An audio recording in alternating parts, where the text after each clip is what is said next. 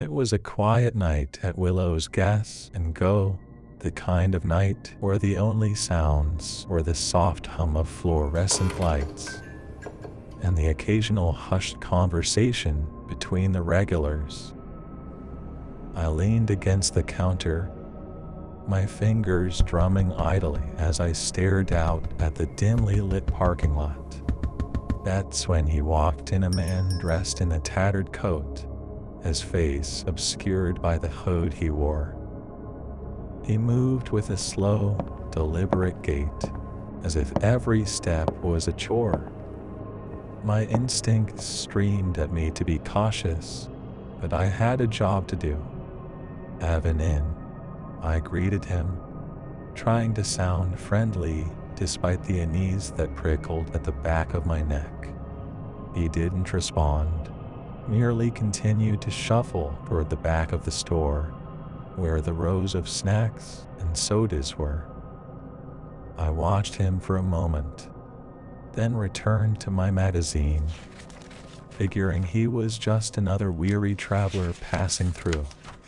Minutes passed, and I became aware of his presence again when the bell above the door chimed softly. I glanced up to see him approaching the counter, a bag of chips and a can of soda in his hands.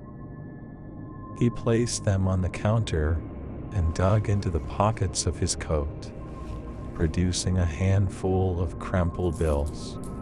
I reached for the items, but when my fingers brushed against his, a chill ran down my spine. His skin was ice cold, and his grip was strangely firm, like he was trying to convey something through that brief contact. $2.50, I said, my voice trembling slightly. He handed me the money without a word, his hood still obscuring his face. I handed him his change, and he lingered for a moment, his gaze fixed on me. It was as if he was searching for something, but I had no idea what. "Is there anything else I can help you with?" I asked, trying to keep my tone steady. Finally, he spoke, his voice a low, raspy whisper. "Have you ever seen something you can't explain?" The question caught me off guard, and I blinked at him in confusion. "I'm not sure I understand." He leaned in closer, his breath cold against my ear. "Something unnatural, something that shouldn't exist." A shiver ran down my spine, and I took a step back. "Look, buddy, I don't know what you're talking about," but before I could finish my sentence, he reached out and grabbed my wrist, his grip like a vice. His head fell back, revealing a face that sent a jolt of terror through my veins. His eyes were dark and vacant, his skin pale and mottled as if it had begun to rot. I yanked my wrist away, stumbling backward as I tried to put some distance between us. "What the hell is wrong with you?" I shouted. He didn't answer, instead lunging across the counter toward me. I bolted for the door, adrenaline coursing through my veins as I burst out into the parking lot. I fumbled for my phone and dialed 911 as I ran. Within minutes, the police arrived, but the man was nowhere to be found. They took my statement and searched the area, but it was as if he had vanished into thin air. As the hours passed and the adrenaline wore off, I couldn't shake the feeling that I had encountered something truly unnatural that night. The memory of his cold, lifeless eyes haunted my dreams for weeks, and I couldn't help but wonder if I had narrowly escaped a fate worse than I could ever imagine. motto this day. I lock the doors early at Willow's Gas and Go, and I keep an eye on every customer who walks through that door, because I know that sometimes the things that go bump in the night are all too real. It was a moonless night, and the gas station hummed with the quiet buzz of fluorescent lights. The clock on the wall showed 2:30 a.m., and I had never felt more alone in my life. My car's gas tank was near empty, and this desolate station on the outskirts of town was my only refuge. I pulled up to the solitary pump, his old, flickering sign above it reading Gas Station 13. An eerie feeling washed over me, but I shook it off as a product of exhaustion.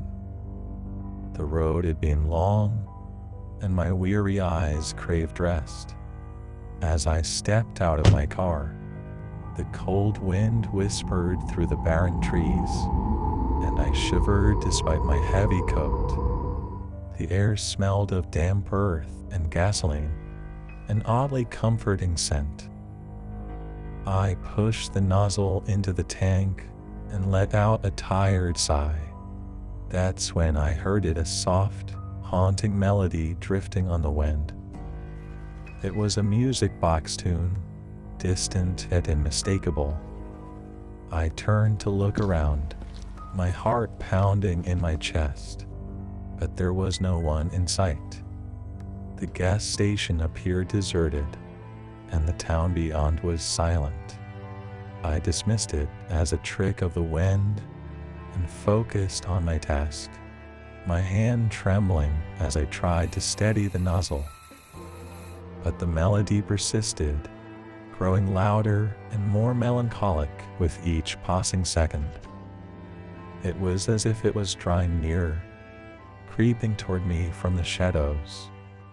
I pulled the nozzle out and replaced it, trying to ignore the gnawing unease that had settled in my gut. The tune now enveloped me, its mournful notes wrapping around me like a sinister lullaby. Panic welled up inside me as I realized that the music was emanating from the gas station's convenience store. Curiosity and fear warred within me, but my feet moved of their own accord. I had to know the source of this eerie melody, had to find some rational explanation. As I pushed open the door to the convenience store, a gust of icy wind followed me in. The store was empty, the shelves half stocked with dusty, forgotten goods. The pale light of the overhead bulbs cast long, eerie shadows across the linoleum floor. The music box sat on the counter, its lid slowly revolving as it played that haunting tune. I approached it cautiously, my heart pounding in my chest. The melody was etched into the surface of the box, a pattern of swirls and curves.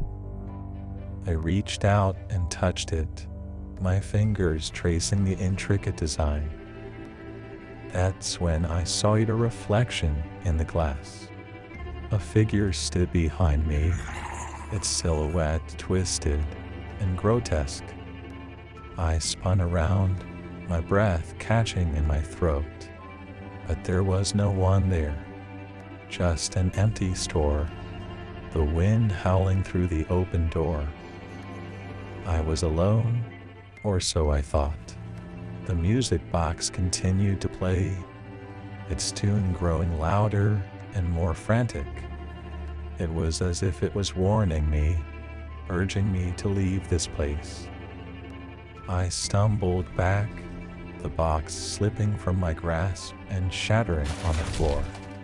The music abruptly stopped, replaced by an eerie silence that was somehow even more unsettling.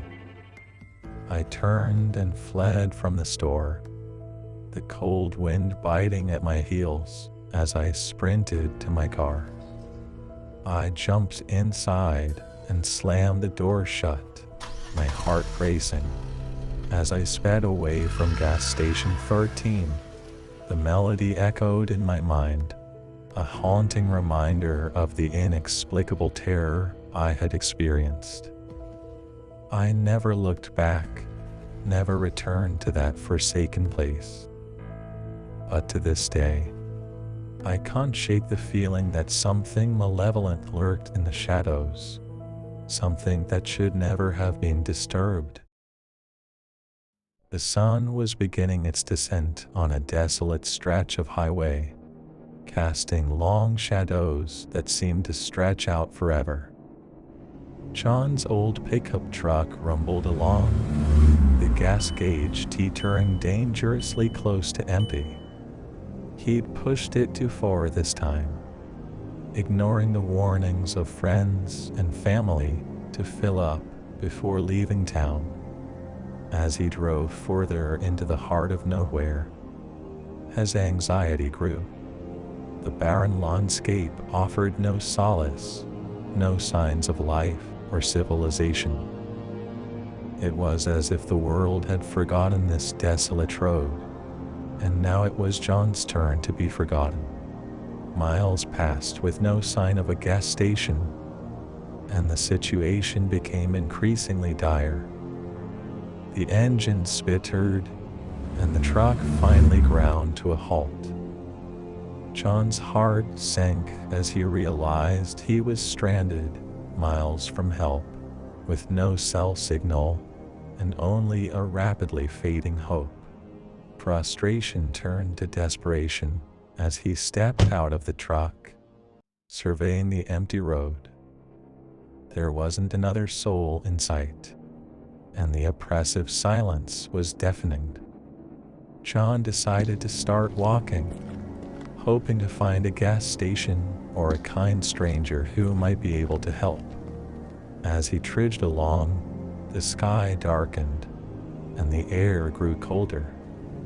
John's footsteps echoed in the silence, and he couldn't shake the feeling that he was being watched. The only thing he could see for miles in any direction was the endless road stretching ahead. After what felt like hours, he finally saw the faint glow of a gas station up ahead.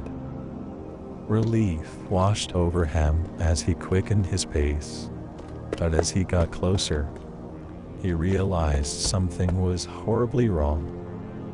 The gas station was abandoned, its windows shattered, and the pumps long out of order. He cautiously stepped inside, the floor creaking beneath his boots.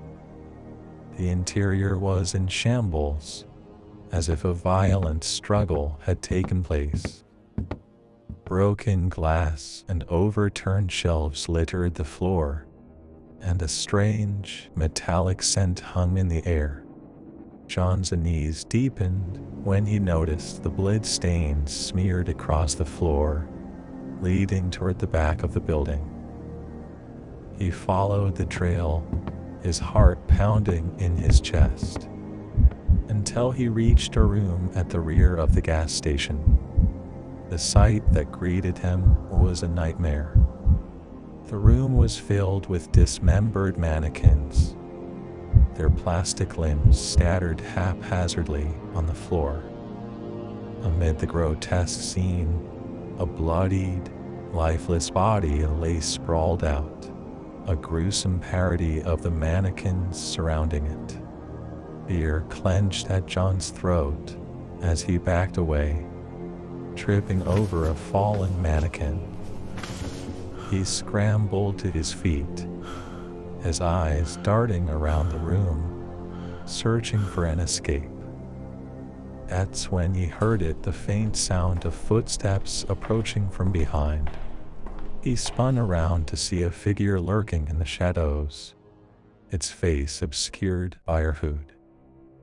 The figure moved with an unnatural grace, and as it drew nearer, John's blood turned to ice.